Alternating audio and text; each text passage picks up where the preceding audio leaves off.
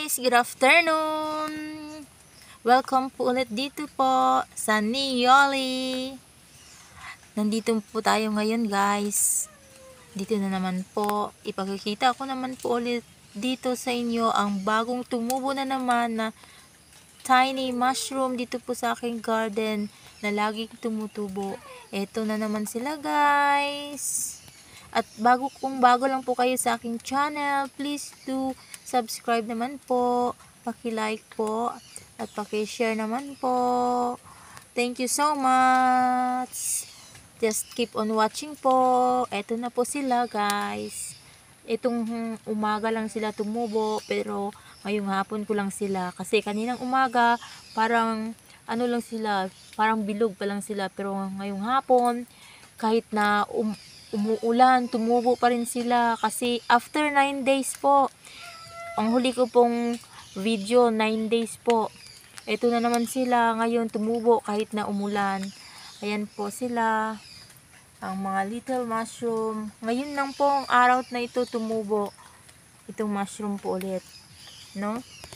Siguro po hindi po kayo, ako po hindi rin po akong nagsawang manood po nito ng aking mga mushroom na dito na tumutubo.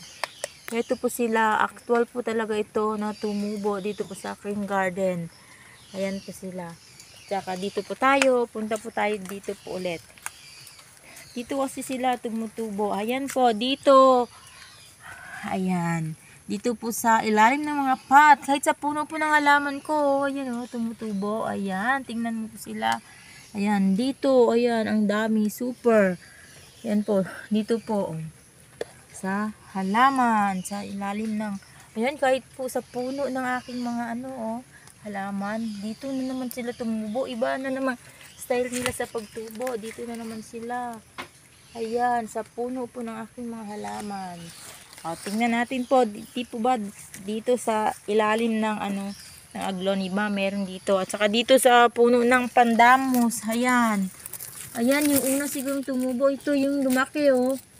Pag ganitong laki, sigurado bukas wala na yan.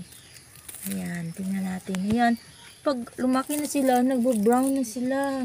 Guys, oh, tingnan mo. Bukas, lusaw na yan mga yan. Ayan, daming tumubo na naman. Hindi kaninang umalaga lang ito nakita ko. At saka, eto.